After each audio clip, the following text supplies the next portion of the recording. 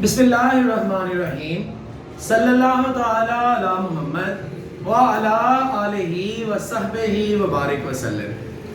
Students, ہم لوگوں نے ریسنٹلی اپنا ایک ٹاپک کمپلیٹ کیا بلز آف ایکسچینج، جس کو ہم نے ون بائی ون انٹروڈکشن سے لے کے بیسک انٹریز اور اس کے بعد تمام کوسچنز کو جو ہے وہ کیا، اور بک جو ہم نے فالو کی وہ ہے عارف اور سہیل افضل کی جو بک بی کام پارٹ 1 کی تھی، اس کا وہ چیپٹر نمبر 6 تھا، اس کو جو ہے وہ ہم نے مکمل کیا، جس میں تمام جو ہے وہ پرابلمز کو ڈسکس کیا گیا، اس کے اندر آنے والے جو تمام پوائنٹس تھے، تمام کیسز تھے، ان کو دیکھا گیا۔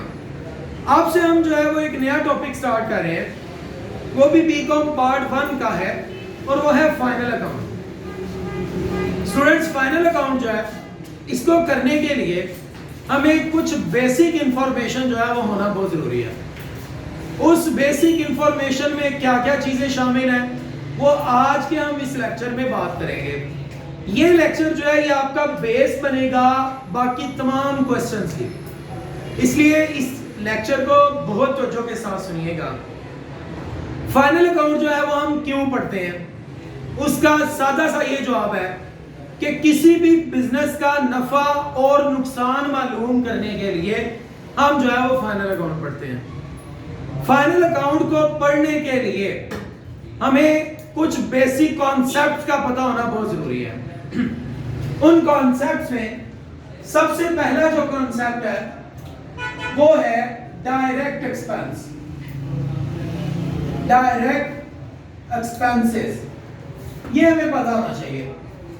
ڈائریکٹ ایکسپینس ایسے تمام خرچوں کو کہتے ہیں جو چیزیں بنانے اور چیزیں خریدنے کے اوپر آتے ہیں۔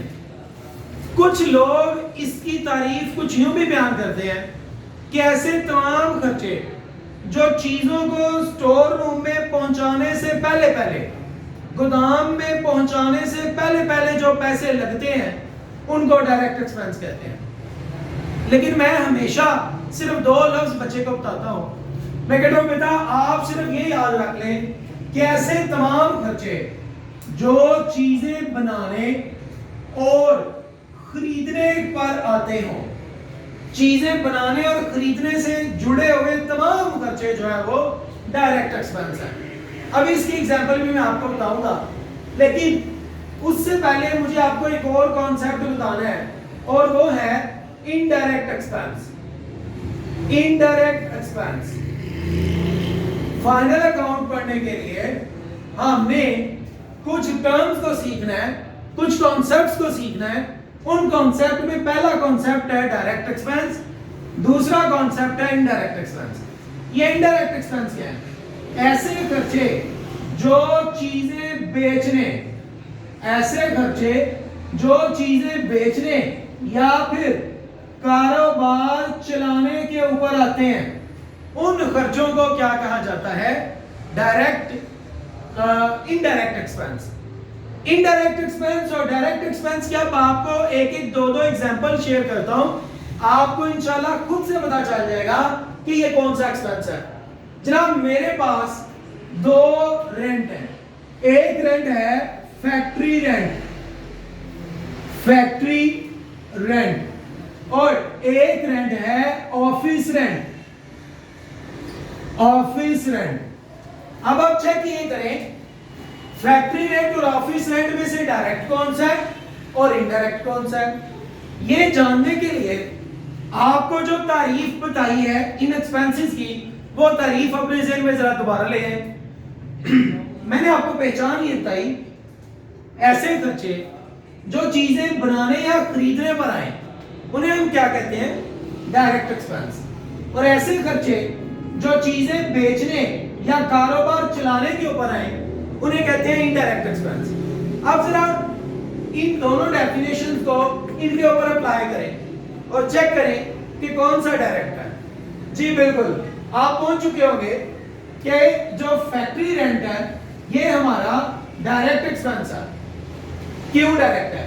کیونکہ فیکٹری کے اندر جو ہے وہ چیزیں بنائی جاتی ہیں، لہٰذا چیزیں بنانے سے جڑا ہوا کوئی بھی خرچہ جو ہے وہ کون سا ایکسپینس ہے؟ Direct expense. پھر آفس رینٹ، آفس میں بیٹھ کے کاروبار کو چلایا جاتا ہے. چیزیں بیچنے کے لیے پالیسیز بنائی جاتی ہیں. لہذا کاروبار کو چلانے سے جڑا ہوا جو خرچہ ہے وہ آپ کا انڈائریکٹ ایکسپنس ہے, اور جس کی ایگزامپل ہمارے پاس یہاں پر آفس رینٹ ہے. ایک ایگزامپل اور شیئر کر کے تو بات کو آگے بڑھاتے ہیں. ہمارے پاس دو ایکسپنس اور ہیں جناب. وہ دو ایکسپنس کون سے ہیں؟ ایک ہے ویجز اور ایک ہے سیلری. اب آپ ذرا غور کریں بھائی, جو ویجز ہے یہ مزدور کو ملتی ہے, اور مزدور نے ہمیشہ چیزیں بنانی ہوتی ہیں. لہذا چیزیں بنانے سے جڑا ہوا جو خرچہ ہے وہ ویجز ہے, اسے مزدوری کو کہتے ہیں, اور مزدوری مزدور کو ملتی ہے اور مزدور چیزیں بناتا ہے. لہذا جو مزدوری ہے وہ ایک ڈائریکٹ ایکسپنس ہے. بالکل اسی طرح سیلری دفتر میں کام کرنے والے کو ملتی ہے, اور دفتر کے اندر بیٹھ کے کاروبار کو چلایا جاتا ہے. دفتر کے اندر بیٹھ کے چیزوں کو بیچنے سے ریلیٹڈ جو ہے وہ کچھ اسکیمیں بنائی جاتی ہیں, کچھ اس کی پالیسیز بنائی جاتی ہیں. تو لہٰذا سیلری ملتی ہے دفتر میں کام کرنے والے کو, دفتر جو ہے وہ کاروبار چلانے میں استعمال ہو رہے ہیں. لہٰذا سیلری جو ہے وہ ایک انڈائریکٹ ایکسپنس ہے. اسی طرح بے شمار خرچے ہیں. Carriage inward, carriage out word. Carriage inward چیزوں کو خریدنے پر جو کرایہ لگتا ہے اس کرائے کو کہتے ہیں, اور کیریج آؤٹ ورڈ چیزیں بیچتے ہوئے اگر آپ کا کوئی کرایہ وغیرہ لگ رہا ہے تو آپ کا کیریج آؤٹ ورڈ ہے. تو بیٹا آپ نے یہ دو باتیں ذہن میں رکھ لینی ہے. آپ کے سامنے کوئی بھی ایکسپنس آئے آپ اس کو اس ترازو کے اوپر تولیں کہ جناب وہ ڈائریکٹ ایکسپنس میں فٹ ہو رہا ہے یا انڈائریکٹ ایکسپنس میں فٹ ہو رہا ہے. جب ہم نومیریکل کیا کریں گے تو انشاءاللہ ان دونوں کو جو ہے وہ بار بار ایکسپنسز اور ڈائریکٹ اور انڈائریکٹ ایکسپنس چیک کرنے کے لیے اپلائی کرتے رہیں گے. اس کے بعد ہمیں تیسرا کانسیپٹ آنا چاہیے فائنل اکاؤنٹ پڑھنے کے لیے, وہ ہے ڈائریکٹ ریونیو. ڈائریکٹ ریونیو, اور چوتھا کانسیپٹ ہے انڈائریکٹ ریونیو. یہ ڈائریکٹ ریونیو اور انڈائریکٹ ریونیو کیا ہوتے ہیں بھائی؟ ایسی آمدنیاں جو اصل کاروبار سے حاصل ہوتی ہوں. اصل کاروبار مطلب سر بیٹا میں نے لفظ اس لیے اصل کاروبار یوز کیا تاکہ انتہائی سمپل جو ہے ہم اس کو بنا کے تو سمجھ سکیں. اصل کاروبار سے مراد ایک ایسا کاروبار جو آپ کا کور ہے, جو اصل ہے. مثال ایک شخص ہے وہ فرنیچر بناتا ہے بھائی. وہ فرنیچر بناتے ہوئے آپ کو پتا ہے لکڑی کاٹتا ہے, کچھ لکڑی اس میں سے ویسٹ ہوتی ہے جو ضائع ہو جاتی ہے, جس کو ہم استعمال نہیں کر سکتے. چھوٹے چھوٹے پیسز ہوتے ہیں لکڑی کے, تو وہ چھوٹے چھوٹے پیسز لکڑی کے ان کو وہ دکاندار پھینک نہیں دیتا, وہ ان کو بھی بیچتا ہے, اور اصل میں اس کا کام تھا فرنیچر بنا کے بیچنا, وہ فرنیچر کو بھی بیچتا ہے. تو اصل کاروبار اس کا فرنیچر بنا کے بیچنا ہے. فرنیچر بنا کے بیچنے سے اسے جو پیسہ ملتا ہے وہ اس کا ڈائریکٹ ریونیو ہے. اور فرنیچر بنانے کے لیے وہ جب لکڑی کو کاٹتا ہے تو لکڑی کاٹنے کے دوران چھوٹے چھوٹے پیسز جو لکڑی کے ویسٹ ہوتے ہیں یا اس کا بورا لکڑی کاٹتے ہوئے جو نکلتا ہے وہ جناب وہ اس کو بیچتا ہے جلانے والوں کے لیے, اسپیشلی تندور والوں کے لیے. تو وہ جناب بیچتا ہے اس کو بھی. تو وہ جو اس نے چھوٹے چھوٹے لکڑی کے پیسز سیل کی ہیں وہ تو اس کا اصل کاروبار نہیں ہے. اصل کاروبار تو اس کا کیا تھا؟ فرنیچر بنانا. تو فرنیچر بنا کے اس نے جو بیچا ہے وہ اس کا اصل کاروبار ہے. وہاں سے حاصل ہونے والی آمدنی اس کی ڈائریکٹ ریونیو ہے. اور فرنیچر کو بنانے کے دوران جو لکڑی کے چھوٹے چھوٹے پیسز بچتے رہے ان کو بھی اس نے بیچا, وہاں سے بھی پیسہ کمایا, وہ اس کا انڈائریکٹ ریونیو ہے. چلیں یہ ایک ایگزامپل آپ کو اپنے شعبے سے ریلیٹڈ بھی دیتا ہوں. بھائی میرا کام کیا ہے سر؟ آپ کا کام ہے پڑھانا.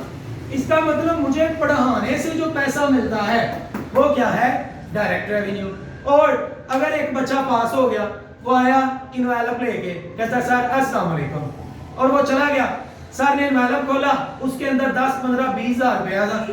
تو جناب سر کو تو پیسے ملے, سر کی تو آمدنی بڑی, لیکن کیا گفٹ لینا سر کا اصل بزنس تھا؟ نہیں. تو آمدنی تو بڑی نا. تو اصل کاروبار کے علاوہ اگر ہمیں کہیں سے پیسہ ملے تو ہمارے لیے کیا ہے؟ Indirect revenue. تو ہم اس کا لکھ لیتے ہیں اصل کاروبار کے علاوہ حاصل ہونے والی آمدنی. تو امید ہے کہ انتہائی سادہ ایگزامپلز کے ساتھ آپ ان دونوں میں فرق جان چکے ہوں گے. میرا بھائی کام پڑھانا ہے اور اگر میں ساتھ میں چھوٹا موٹا بزنس سٹارٹ کر دوں, کوئی کمیشن کہیں سے مل جائے, کوئی انٹرسٹ کہیں سے مل جائے, تو وہ والا جو ہے وہ میرے لیے انڈائریکٹ ریونیو ہے. لیکن پڑھانے سے ملنے والا پیسہ میرے لیے ڈائریکٹ ریونیو ہے. جس طرح آپ کو فرنیچر کی ایگزامپل دی اور فرنیچر کے ویسٹ کی, لکڑی کی ایگزامپل دی. یہ اگر آپ کو 4 کانسیپٹ اچھے سے تیار ہو چکے ہیں تو اب آپ موو کر سکتے ہیں اپنے اصل ٹاپک فائنل اکاؤنٹ کی طرف. فائنل اکاؤنٹ میں ہم کیا کرتے ہیں؟ فائنل اکاؤنٹ میں ہم نے کسی بزنس کا نفع اور نقصان معلوم کرنا ہے. وہ نفع اور نقصان معلوم کرنے کے لیے ہم نے ایک اکاؤنٹ بنانا ہے. نظر آ رہا ہے جی؟ جی بیٹا. تو ہم نے نفع اور نقصان معلوم کرنے کے لیے ایک اکاؤنٹ بنانا ہے. اس اکاؤنٹ کو کہتے ہیں trading profit and loss account. Trading profit and loss account. اس میں ہم کیا سیکھتے ہیں جناب؟ یہاں پر آپ کو 2 اکاؤنٹ ہیں, ایک نہیں ہے. یہ دیکھیے گا, ایک ہے ٹریڈنگ اکاؤنٹ اور اس کا دوسرا حصہ ہے پروفٹ اینڈ لاس اکاؤنٹ. جو بچہ یہ اچھے سے سیکھ لے گا اس کی بیس بن چکی ہوگی سوال کرنے کے لیے فائنل اکاؤنٹ کا. تو ہم بات کر رہے ہیں کہ اس میں 2 حصے ہیں. ہم نے جب کسی بھی بزنس کا نفع اور نقصان معلوم کرنا ہے فائنل اکاؤنٹ کے تحت, تو اس کے لیے 2 حصے ہیں اس کے. ایک ہے ٹریڈنگ اکاؤنٹ اور ایک ہے پروفٹ اینڈ لاس اکاؤنٹ. یہ 2 حصے ہیں, بنے گے دونوں اکٹھے ہی. کیسے بنیں گے یہ ہم آنے والے کلاسز میں سیکھیں گے, لیکن میں آپ کو بتا ہی رہا ہوں کہ 2 حصوں میں یہ سوال ہوگا. جناب ٹریڈنگ اکاؤنٹ کے لیے ہمیں 2 چیزیں چاہیے ہوں گی. ٹریڈنگ اکاؤنٹ کے لیے ہمیں 2 چیزیں چاہیے ہوں گی. وہ 2 چیزیں کون سی ہیں جناب؟ وہ 2 چیزیں ہوں گی, یہیں پہ لکھتے ہیں. ٹریڈنگ اکاؤنٹ کے لیے جو 2 چیزیں چاہیے ہوں گی وہ ہے ڈائریکٹ ایکسپنس اور ڈائریکٹ ریونیو. ہمیں جو 2 چیزیں ٹریڈنگ اکاؤنٹ بنانے کے لیے چاہیے وہ دونوں ڈائریکٹ والی ہیں. اور پروفٹ اینڈ لاس اکاؤنٹ بنانے کے لیے جو 2 چیزیں چاہیے ہوں گی وہ ہے انڈائریکٹ ایکسپنس اور ساتھ میں انڈائریکٹ ریونیو. یہ 2 چیزیں ہمیں پروفٹ اینڈ لاس اکاؤنٹ کے لیے چاہیے. کریں گے کیا؟ ہم پہلے سٹوری شروع کریں گے ٹریڈنگ اکاؤنٹ کی. ٹریڈنگ اکاؤنٹ بناتے ہوئے سب سے پہلے تمام ڈائریکٹ ایکسپنس لکھے جائیں گے. ڈائریکٹ ایکسپنس لکھتے ہوئے ہم نے جو ترتیب برقرار رکھنی ہے وہ 2 چیزوں کی ہے. ایک سب سے پہلے جو چیز لکھی جائے گی اوپننگ سٹاک. اگر سوال میں موجود ہوا تو اوپننگ سٹاک کو سب سے پہلے لکھا جائے گا. اور دوسرے نمبر پر جو چیز لکھی جائے گی وہ ہمیشہ پرچیزز ہوگی, ہمیشہ پرچیزز. اور اس کے بعد باقی تمام ڈائریکٹ ایکسپنس. اگر ہمارے پاس اوپننگ سٹاک نہیں ہے تو انڈرسٹوڈ ہے, پہلے نمبر پہ پرچیزز آ جائے گی. لیکن اگر اوپننگ سٹاک سوال میں ہوا تو سب سے پہلے آئے گا, دوسرے نمبر پہ پرچیزز آئے گی. اور اس کے بعد باقی سارے ڈائریکٹ ایکسپنس جو چیزیں بنانے اور چیزیں خریدنے سے جڑے ہوئے ہیں. اور میں نے آپ کو وہاں پر ایکسپلین کیا جناب. اس کے بعد کریڈٹ سائڈ پہ آپ نے آ جانا ہے. کریڈٹ سائڈ پہ آپ نے سب سے پہلے جو چیز لکھنی ہے وہ جناب آپ کا سیلز ہوگی. سوال میں سیلز ہے تو کریڈٹ سائڈ پہ سب سے پہلے آئے گی, یہ ڈائریکٹ ریونیو ہے. اور سیلز کے بعد جو دوسری چیز لکھی جائے گی وہ کلوزنگ سٹاک ہوگا. سوال میں اگر کلوزنگ سٹاک اس نے دیا ہوا ایڈجسٹمنٹ کے اندر, یہ ایڈجسٹمنٹ کیا ہے یہ بھی ڈیورنگ کوسچن دیکھیں گے. تو جناب آپ نے کلوزنگ سٹاک کو دوسرے نمبر پر لکھنا ہے. اور اگر آپ کو کوئی مزید ڈائریکٹ ریونیو نظر آیا